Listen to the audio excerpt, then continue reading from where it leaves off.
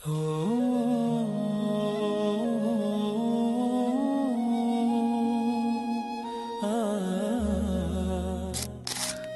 میں یہ بھی آتا کہ اصفہان سے 70,000 یہودی دجال کا ساتھ دیں گے. لیکن بہرحال خراسان ایک صوبہ ہے افغانستان کا اس وقت بھی شمال مشرقی کونے میں. مجھے امید ہے وہاں سے خیر کی، کیونکہ خراسان کا لفظ وہاں پہ شامل ہے. اور حضور کی حدیث میں بعد میں آپ کو سناؤں گا کہ خراسان سے فوجیں چلیں گی جو یروشلم کو دوبارہ حاصل کریں گی، فتح کریں گی. جیسے پہلے یروشلم کھویا عربوں نے تھا، دوبارہ حاصل کیا تھا کرد نے، کرد خون صلاح الدین ایوبی رحمت اللہ علیہ، ایسے اب پھر عربوں نے کھویا ہے. لیکن لینے والے خراسان سے لشکر آئیں گے. یخرج من خراسان رایات سود لا یردها شیء حتی تنصب بإیلیا. خراسان کے علاقے سے کالے علم لے کر لشکر چلیں گے جن کے رخ کو کوئی موڑ نہیں سکے گا جب تک کہ وہ جا کر یروشلم میں نصب نہ ہو جائے. اس کے بعد نام آتا ہے پاکستان کا. یہ ہے میری اور آپ کی داستان، اور یہ ہے سبب جس کی وجہ سے کہ میں آپ سے یہ گفتگو کر رہا ہوں. اصل میں تو کس لیے؟ محض ایک علمی استفادہ، محض اپنی بات آرا کو ظاہر کرنے کا شوق نہیں، بلکہ یہ کہ اپنی ذمہ داری ہم پہچانے کہ ہم کس مقام پر کھڑے ہیں. دیکھیے، اس پاکستان کے بارے میں یا ہندوستان کے بارے میں علامہ اقبال نے کہا تھا اپنے ترانہ ملی میں، میرے عرب کو آئی ٹھنڈی ہوا جہاں سے، میرا وطن وہی ہے، میرا وطن وہی ہے. اور مجھے بتایا گیا کہ سنن ابی داؤد میں یہ روایت موجود ہے کہ حضور نے فرمایا کہ ہندوستان کی طرف سے مجھے ٹھنڈی ہوا آتی ہے. اگرچہ مجھے وہ حدیث ابھی نہیں ملی ہے، لیکن حزب التحریر کا ایک کارڈ مجھے ملا تھا، تو اس میں اس حدیث کا اور اس میں ابن داؤد ابو داؤد کا روایت کا ایک حوالہ موجود تھا. لیکن میں جو چیز آپ کو بتا چکا ہوں وہ یہ کہ الف ثانی کا پورا تجدیدی کارنامہ اس ہندوستان کی سرزمین میں ہوا. مجدد الف ثانی شیخ احمد سرندی، شاہ ولی اللہ دہلوی، سید احمد بریلوی، وہ تو ہمارے پاکستان میں آ کر جو ہے ان کا خون جذب ہوا ارض پاکستان میں. پھر شیخ الہند مولانا محمود حسن. تحریک خلافت چلی تو صرف ہندوستان میں چلی اور کہیں نہیں چلی.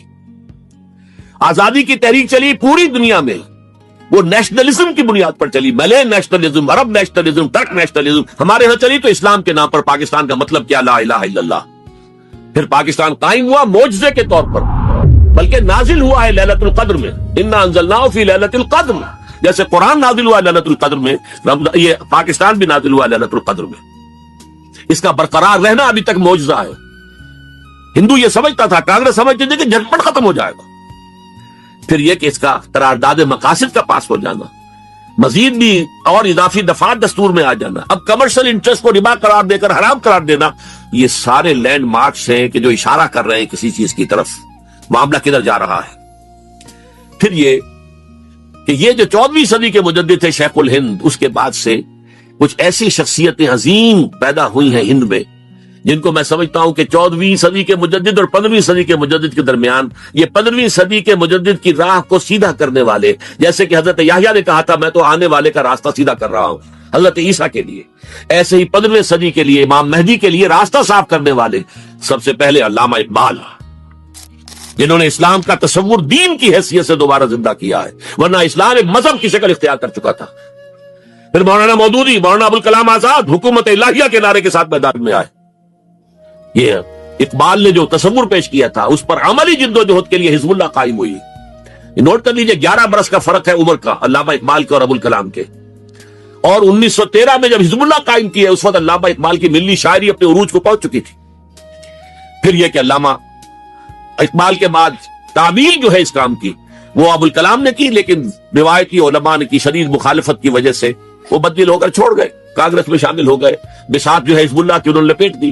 پھر مولانا مودودی آئے، انہوں نے وہ ڈور جو ہے اس کا سرا تھاما، جماعت اسلامی قائم کی حکومت الہیہ ہی کے قیام کے لیے. اگرچہ میرے نزدیک یہ کہ وہ انتخابی اور ایک قومی سیاست کی ایک جماعت بن کر پاکستان میں جو ہے دلدل میں پھنس گئی ہے. اب ہم اس کی کوشش کر رہے ہیں، تنظیم اسلامی اور یہ تحریک خلافت جس کے تحت یہ جلسہ ہو رہا ہے.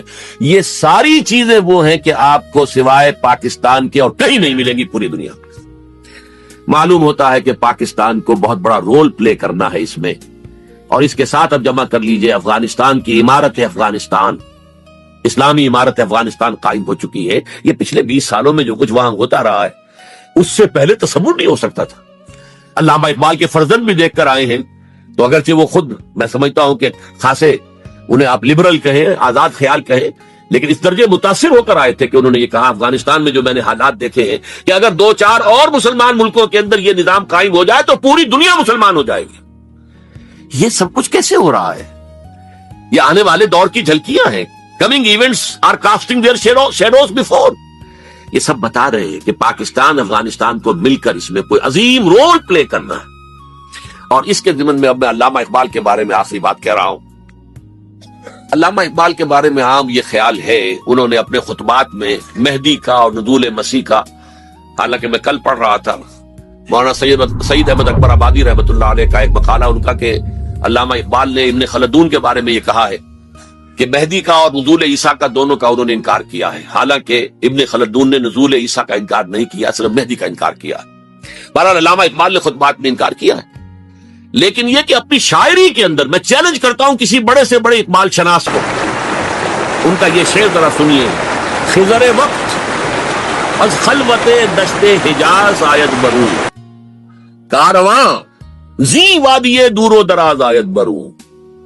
خضر وقت، امام وقت، رہنمائے وقت، قائد وقت، خلوت دشت حجاز، حجاز کی صحرا کی کسی خلوت گزینی سے نکل کر باہر آئیں گے۔ میں حیران ہوتا ہوں علامہ کے اس فکر پر اور اس مصرے پر۔ یہاں انہوں نے شیعہ اور سنی دونوں کے کانسیپٹ جمع کر دیے۔ شیعہ کا کانسیپٹ یہ چھپے ہوئے کسی غار میں وہاں سے برآمد ہوں گے، اور ہمارا کانسیپٹ ہے ام سلمہ رضی اللہ تعالیٰ عنہ کی حدیث سنا چکا، چھپے ہوئے ہوں گے وہ وہاں پر، مدینے سے نکل کر آ کر مکے میں چھپ جائیں گے۔ اس خانہ جنگی کی حالت میں لوگ ان کی طرف دیکھ رہے ہوں گے، سوچتے ہوں گے انہیں میدان میں آنا چاہیے، کوئی پارٹ پلے کرنا چاہیے، امت کی رہنمائی کرنی چاہیے، لیکن وہ چھپیں گے، وہ کارے ہوں گے، وہ اس ذمہ داری کو قبول نہیں کرنا چاہیں گے، جا کے چھپ جائیں گے مکے میں، وہاں سے مکے والے انہیں نکالیں گے، اور وہ کارے ہوں گے، انہیں بالکل یہ پسند نہیں ہوگا کہ یہ ذمہ داری اٹھائیں۔ تو خضر وقت از خلوت دشت حجاز آیت بروں، کارواں زی وادی دور و دراز آیت بروں۔ کارواں جو چلے گا ان کی مدد کے لیے اس وادی دور و دراز، اس زی عظیم وادی دور و دراز، یہ وادی سندھ ہے۔ وادی سندھ جو ہے ہم سمجھتے ہیں کہ صرف یہ پاکستان اور پنجاب جو ہے یہ اس میں شامل ہے، سندھ اور پنجاب نہیں، افغانستان کا پورا مشرقی علاقہ اس میں شامل ہے۔ جیسے دریائے جہلم سندھ میں جا رہا ہے، جیسے دریائے گلگت سندھ میں آ کر ملتا ہے، جیسے دریائے چناب اور راوی اور جہلم اور یہ سب جا رہے ہیں اور آ رہے ہیں، اسی طرح دریائے کابل کہاں سے آ رہا ہے، دریائے گومل کہاں سے آ رہا ہے، ٹوچی کہاں سے آ رہا ہے، یہ سارا جو ہے ڈرین جو ہو رہا ہے ایسٹرن جو ہے پارٹ آف افغانستان، یہ سب وادی ہے۔ اس وادی کے یہ دو حصے ہیں، ایک حصہ جو ہے یہ ادھر پاکستان میں ہے اور اسی وادی کا دوسرا حصہ جو ہے وہ افغانستان میں ہے۔ کارواں زی وادی دور و دراز آیت بروں، کارواں چلے گا یہاں سے، یخرج الناس من المشرق یؤتون للمہدی، یعنی سلطان ہی مشرق سے فوجیں چلیں گی کہ جو مہدی کی حکومت قائم کریں گی، اور یخرج من خراسان رایات و سود، اور خراسان سے سیاہ پرچم چلیں گے کہ جن کا رخ کوئی موڑ نہیں سکے گا، حتیٰ تنصب بإیلیاء، یہاں تک کہ وہ جا کر یروشلم کے اندر نصب ہو جائیں گے۔ حضرات، میں ایک میری گفتگو کا حصہ باقی تھا لیکن میں اسے چھوڑ رہا ہوں، اس لیے کہ گلوبلائزیشن جو اس کی ہوگی، جو خلافت علی منہاج النبوہ کی تجرید کامل حضرت مہدی کے ہاتھوں عرب میں ہوگی، اس سے پہلے اس کے لیے محنت، کوشش، جد و جہد پاکستان اور افغانستان میں ہو چکی ہوگی جو اسے سپورٹ کرے گی اور وہاں جا کر حکومت قائم کرے گی۔ اس کے بعد گلوبلائزیشن کا جو مرحلہ اس کا ہے وہ حضرت مہدی کے ہاتھوں نہیں ہے، وہ حضرت عیسیٰ ابن مریم ان کے نزول کے بعد ہے، جن کے نزول کے بعد دجال کا خاتمہ ہوگا اور یہودیوں کا استحصال ہوگا۔ مسلمانوں پر بھی بڑی تکالیف عربوں پر آئیں گی، شدائد آئیں گے، لیکن یہ وہ میں حصہ ملتوی رکھتا ہوں کسی دوسری محفلوں، کسی دوسری مجلس اور نشست پر۔ اب میں آپ کو ذرا اس جو انسانوں میں سے انسان دشمنی کا جن کا سب سے بڑا رول ہے، میں ان کی 2000 سالہ تاریخ کا آپ کے سامنے نقشہ رکھنا چاہتا ہوں۔ ان 1400 سال کا تو میں نے صرف 4 آپ کو پوائنٹس بتائے۔ موسیٰ سے عیسیٰ تک 1400 برس علیہ الصلوۃ والسلام، 2 مرتبہ عروج، 2 مرتبہ زوال، اشیریوں کے ہاتھوں پٹوائی، بابلیوں کے ہاتھوں پٹانا، گریکس کے ہاتھوں مرمت، رومنس کے ہاتھوں مرمت۔ یہ جو 2000 سال ہے، کیونکہ اب تو ظاہر بات ہے 21ویں صدی شروع ہو گئی، 20 صدیاں حضرت مسیح کو پوری ہو گئی۔ پہلی بات نوٹ کیجئے، حضرت مسیح کی پیدائش ہے سن 1 قبل مسیح۔ یہ نقطہ آپ نے کبھی سنا ہے یا نہیں؟ جب ملینیم کا سلسلہ شروع ہوا تھا پچھلے سال تو میں نے بیان کر دیا تھا کہ ایک عجیب حساب کے اندر انہوں نے غلطی کی ہوئی ہے.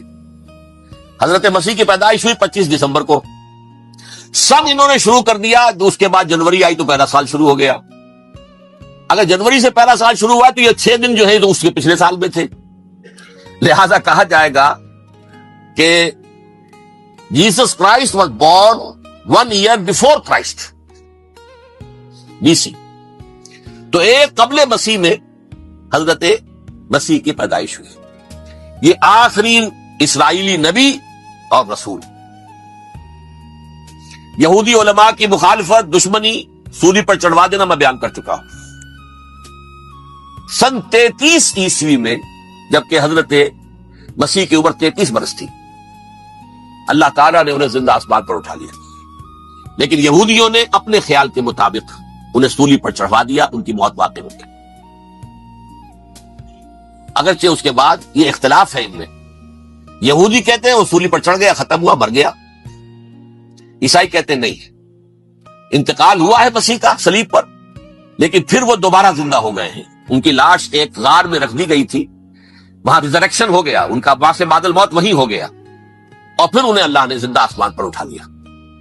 تو ہمارے اور عیسائیوں کے درمیان نوٹ کر لیجئے، یہ چیز مشترک ہے کہ حضرت مسیح آسمان پر زندہ اٹھائے گئے. فرق کیا ہے؟ وہ سمجھتے ہیں کہ سولی دیے گئے، سولی پر مرے، پھر زندہ ہوئے، پھر گئے.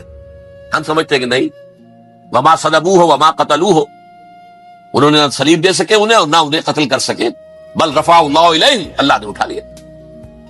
پھر ہمارا اور یہ اس کا عیسائیوں کا ایک اور اتفاق ہے، سیکنڈ کمنگ آف جیسس، حضرت مسیح دوبارہ آئیں گے. یہ عیسائیوں کا بھی عقیدہ ہے اور ہمارا بھی. بہرحال تو جیسا کہ میں نے عرض کیا کہ اس وقت یہ عذاب استیصال، عذاب اکبر کے مستحق ہو چکے تھے، لیکن اللہ نے ان کی مدت دراز کی ہے. لیکن ان پر دنیاوی عذاب کا ایک کوڑا جو ہے اللہ تعالی کی طرف سے اسی وقت برسا. دنیاوی عذاب دنیا میں رہتے ہوئے ختم نہیں کیا. 37 برس بعد حضرت مسیح کے رفع سماوی کے 37 برس بعد سن 70 میں یہودیوں نے بغاوت کی رومیوں کے خلاف. رومی ٹائٹس جنرل تھا ایک، اس نے پھر جو حملہ کیا ہے، 1,33,000 یہودی ایک دن میں قتل کیا یروشلم میں، اور ہیکل سلیمانی گرا دیا. وہ ہیکل پہلے بھی گرا تھا، پہلے 1400 سال کے دوران میں بھی نبوکدنضر نے گرایا تھا، لیکن پھر اس کے 150 سال بعد انہوں نے دوبارہ بنا لیا تھا، اس لیے وہ اسے سیکنڈ ٹیمپل کہتے ہیں. پہلا ٹیمپل جو حضرت سلیمان نے بنایا تھا، نبوکدنضر نے گرا دیا 587 قبل مسیح میں، پھر دوبارہ انہوں نے 150 سال کے بعد بنا لیا. وہ اس تاریخ کا حصہ ہے، میں نے جس کے بارے میں آپ کو تفصیل نہیں بتائی. اس میں یہ ہوا سن 70 میں وہ گرا دیا گیا، وہ آج تک گرا پڑا ہوا ہے. نمبر 2، یہ کہہ دیا گیا کہ یہودیوں اس ارض فلسطین سے نکل جاؤ، تم یہاں نہیں رہ سکتے اب. لہذا جس کا جہاں سینگ سمایا چلا گیا. یورپ میں چلے گئے، ایشیا میں آ گئے، عرب میں آ گئے. یہ 3 قبیلے جو رات بھی میں نے عرض کیا تھا، بنو قینقاع، بنو نذیر اور بنو قریظہ، یہ وہاں سے آ کے مدینے میں آباد ہو گئے. جس کا جہاں سینگ سمایا، افریقہ میں، ہندوستان میں، جہاں کے ڈایاسپورا اسے کہتے ہیں. وہ آپ نوٹ کر لیجیے اس لفظ ڈایاسپورا. ہمارا دور انتشار، جبکہ ہمیں ہماری اصل سرزمین تو فلسطین ہے، حضرت ابراہیم کا مسکن، حضرت اسحاق، حضرت یعقوب کا مسکن فلسطین، یہ ہے ہماری اصل جاگیر، یہ تو ہماری جدی پشتی جاگیر ہے. لیکن یہاں سے نکال دیے گئے سن 70 عیسوی میں، اور وہاں سے لے کے 1917 تک ان کا ڈایاسپورا جاری رہا. یہ دور انتشار. اس دور انتشار کے چند حصے ہیں جس کو میں چاہتا ہوں کہ آپ علیحدہ علیحدہ سمجھ لیں. دور انتشار کا جو پہلا جو ہے تقریباً 300 برس رومی حکمران تھے. وہ یہودیوں کے بھی دشمن تھے اور عیسائیوں کے بھی دشمن تھے. عیسائی اور یہودی ایک دوسرے کے بھی دشمن تھے، لیکن رومی سمجھتے تھے کہ یہ ایک ہی تھیلی کے چٹے بٹے ہیں. رومیوں کے نزدیک عیسائی بھی یہودیوں ہی کا ایک فرقہ تھے، کوئی علیحدہ مذہب تو تھا ہی نہیں. لہذا رومی جو ہیں رومنز، وہ ان دونوں کو ستاتے تھے، مارتے تھے، اور یہ آپس میں لڑتے تھے. یہودی عیسائیوں کو مارتے تھے، عیسائی یہودیوں کو مارتے تھے. یہ ہے 300 برس تک کی تاریخ. سن 300 عیسوی میں کیا ہوا؟ ایک معجزہ ہو گیا. بہت عظیم ایمپرر کانسٹینٹائن قسطنطین اعظم، رومن ایمپررز میں سے بہت بڑا ایمپرر، وہ عیسائی ہو گئے۔ اب تو معاملہ بالکل تلپٹ ہو گیا، پوری سلطنت عیسائی ہو گئی۔ اب عیسائیوں کے عیش ہو گئے اور یہودیوں پہ مار پڑنی شروع ہوئی۔ اب عیسائیوں کا آپ خود سوچئے کہ جنہیں وہ خدا بنا بیٹھے ہیں، خدا کا بیٹا قرار دے رہے ہیں، ان کے قاتل کون؟ یہودی بدماش۔ لہذا ان کی وہ پٹائی شروع ہوئی ہے یورپ میں، پوری رومن امپائر میں انہیں ذلیل کیا گیا، شہروں میں آمد بند، علیحدہ رہو، گھیٹوز کے اندر رہو۔ یہودی کا نام جو ہے وہ گالی بن گیا، جیسے آج بھی یہودی گالی کہتے ہیں، جیسے خنزیر، آخر وہ بھی اللہ کی مخلوق ہے، لیکن آپ کو معلوم ہے کوئی شخص زبان پر نام نہیں لانا چاہتا خنزیر کا، سور کا، ہے تو مخلوق، وہ بھی ایک حیوان ہے، ایسے ہی ہے یہودی جھوٹ۔ لہذا ایک طرف تو ان دونوں کے درمیان دشمنی، جس کو قرآن کہتا ہے وَأَغْرَيْنَا بَيْنَهُمُ الْعَدَاوَةَ وَالْبَغْضَاءَ، ہم نے ان کے مابین دشمنی جو ہے پیدا کر دی ہے۔ اور جب یہ پوری سلطنت عیسائی ہو گئی تو قافیہ تنگ ہو گیا یہودیوں کا۔ اب آئیے 571 عیسوی، یعنی جبکہ ڈائسپورا کو کتنا عرصہ ہو چکا تھا؟ 500 برس۔ سن 70 سے شروع ہو رہا ڈائسپورا، جب ٹائٹس نے گرایا ہے ہیکل کو اور نکال باہر کیا انہیں فلسطین سے، بھاگ جاؤ یہاں ایک یہودی بھی نہیں رہے گا، فلسطین سے نکال دیے۔ اس کے پورے 500 برس بعد سن 571 عیسوی میں حضور کی پیدائش ہوئی، ولادت باسعادت محمد رسول اللہ صلی اللہ علیہ وسلم۔ 610 میں آپ پر وحی کا آغاز ہوا، لیکن حضور کے ساتھ ان کا معاملہ کیا رہا؟ اول تو جبکہ حضور ابھی مکے ہی میں تھے، یہودیوں نے ریشہ دوانیاں شروع کر دی حضور کے خلاف۔ قریش مکہ کو سکھاتے تھے، پڑھاتے تھے، ان سے یہ پوچھو، ان سے یہ پوچھو، یہ اس طرح تنگ کرو، ان سے یہ امتحان لو، یہ آپ کے علم میں ہے۔ سورہ بنی اسرائیل میں، سورہ کہف میں وہ سوالات، جو امتحانی سوالات آئے تھے، ذوالقرنین کون تھا، اصحاب کہف کون تھے، تم رسول بنے پھرتے ہو تو بتاؤ، اور یہ روح کی حقیقت کیا بتاؤ۔ یہ ساری ریشہ دوانیاں کر رہے تھے بیٹھے ہوئے، ابھی وہیں پر حضور ابھی پہنچے بھی نہیں۔ ہجرت فرما کر حضور تشریف لے آئے تو حضور نے، جسے ماسٹر سٹروک کہا جائے گا، یعنی اسٹیٹس مین شپ کا ماسٹر سٹروک، آپ نے مدینے میں آتے یہودیوں کے ساتھ پیکٹ کر لیا، جوائنٹ ڈیفنس پیکٹ آف مدینہ، کہ اگر مکے والے ہم پر حملہ کریں گے تو ہم مل جل کر ایک قوم کی حیثیت سے مقابلہ کریں گے۔ یہ میثاق مدینہ کہلاتا ہے، جس کے بہت غلط معنی پہنائے جا رہے ہیں آج کل۔ بہرحال میں موضوع میرا چونکہ یہ نہیں، میں ادھر نہیں جاؤں گا، لیکن ہوا کیا؟ ہر مرتبہ یہ خیانت کے مرتکب ہوئے، ان میں جو عہد کیے تھے ان سے پھرے، اندر ہی اندر سازش، ریشہ دوانی، حضور کی بدترین دشمنی۔ سورہ نساء کی آیت نمبر 12 میں 14 میں 13 میں فرمایا ہے لا تزال تطلع علی خائنۃ منہم، اے نبی ہمیشہ آپ کے علم میں ان کی طرف سے خیانتیں، بددیانتیاں آتی رہیں گی، اور بار بار وہ مسلسل جنگ کی آگ بھڑکاتے تھے، قریش کو دعوت دیتے، آؤ آؤ آؤ ہم اندر سے بغاوت کر دیں گے، تم آؤ تو صحیح، ختم کریں محمد کو اور اہل ایمان کو صلی اللہ علیہ وسلم ورضی اللہ تعالی عنہم اجمعین۔ لیکن پھر جب وہ آتے تھے تو یہ دبک جاتے تھے، ان میں ہمت نہیں تھی، میدان کے مرد نہیں رہے تھے۔ یہ سورہ حشر میں ان کا نقشہ کھینچا گیا ہے، کھلے میدان میں مقابلے کی اس کے اندر صلاحیت ہی نہیں ہے، یہ تو فصیلوں کے پیچھے سے، جیسے عورتیں کہیں دیہات میں لڑائی ہوتی ہے تو مرد جو ہے گلیوں میں لڑتے ہیں، عورتیں اوپر سے پتھر پھینکتی ہیں، بس وہ کام یہ کر سکتے تھے، من ورائے جدر، فصیلوں کے پیچھے سے، جنگ میں میدان میں نہیں آ سکتے۔ بہرحال قرآن مجید میں ہے یہ، سورہ مائدہ کی آیت نمبر 64، کلما اوقدوا نارا للحرب اطفاها اللہ، اکثر و بیشتر مواقع پر تو یہ جب آگ بھڑکاتے تھے جنگ کی، اللہ اسے بجھا دیتا تھا۔ لیکن بہرحال اس کے باوجود جنگیں ہوئی، غزوہ بدر، غزوہ احد ہوئی کہ نہیں، یہ ساری اس اصل شرارت میں، اور اس کے نتیجے میں حضور نے پھر ایک ایک کر کے 3 قبیلوں کو سزا دی۔ غزوہ بدر کے فوراً بعد بنو قینقاع نکالے گئے مدینے سے، غزوہ احد کے فوراً بعد بنو نذیر نکالے گئے، اور غزوہ احزاب کے بعد بنو قریظہ نکال دیے گئے۔ یہ تو میں نے آپ کے سامنے رکھ دیا صرف حضور کے زمانے میں ان کا کیا رویہ رہا، دشمن۔ رات بھی ہم نے وہ آیت پڑھی تھی، لَتَجِدَنَّ أَشَدَّ النَّاسِ عَدَاوَةً لِلَّذِينَ آمَنُوا الْيَهُودُ وَالَّذِينَ أَشْرَكُوا، اہل ایمان کی دشمنی میں شدید ترین تم پاؤ گے یہودیوں کو اور مشرکین بھی بعد میں ہے، پہلے یہود۔ حضور کے بعد کیا ہوا آپ یہ نوٹ کیجئے، یہ ان کی تاریخ کا دوسرا دور۔ حضرت عمر رضی اللہ تعالیٰ عنہ قائد خلافت ہے، بیت المقدس کا محاصرہ کیا گیا، فصیل بڑی اونچی، شہر اندر سے سیلف سفیشینٹ، حملے کا راستہ کوئی نہیں، محاصرہ طول کھینچ رہا ہے، لیکن ان کے پاس رسد بھی موجود ہے، پانی بھی موجود ہے، وہ دروازے بند کر کے بیٹھے ہوئے۔ بالآخر اللہ تعالیٰ کی مشیت کا ظہور کیسے ہوا؟ ان کے کچھ علماء آئے فصیل پر، کہا دیکھو مسلمانوں، تم قیامت تک بھی یہاں پڑے رہو گے محاصرہ کر کے، ہمارا یہ شہر فتح نہیں ہوگا۔ ہاں، ایک درویش بادشاہ کے ہاتھوں یہ شہر فتح ہونا ہے، لیکن تمہارے اندر ہمیں وہ نظر نہیں آ رہا۔ ابو عبیدہ بن الجراح رضی اللہ تعالی عنہ، امین هذه الامہ، ان کا فوراً ذہن گیا وہ درویش بادشاہ مدینے میں بیٹھا ہوا ہے، عمر رضی اللہ تعالی۔ اب ایک اور عمر بھی ہے جو قندھار میں بیٹھا ہے، نقشہ وہی ہے، سادگی کی حد تک نقشہ وہی ہے، بالکل وہی، اپنی آنکھوں سے دیکھا وہی سادگی۔ عمر اول، عمر ثانی تھے عمر بن عبد العزیز۔ اب ایک اللہ کے فضل سے اللہ تعالیٰ ایدہ اللہ بنصرتہ، اللہ تعالیٰ ان کی نصرت فرمائے، دشمنوں کو ان کے مقابلے میں نیست و نابود کرے۔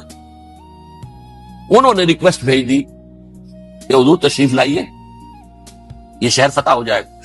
وہ ہے سفر تاریخی، اتنا طویل سفر، تقریباً 700 میل، ایک اونٹ، ایک خادم، ایک منزل پہ امیر المومنین اوپر بیٹھے، خادم آگے چل رہا ہے، اگلی منزل پہ خادم اوپر بیٹھا ہے، امیر المومنین آگے جاتا۔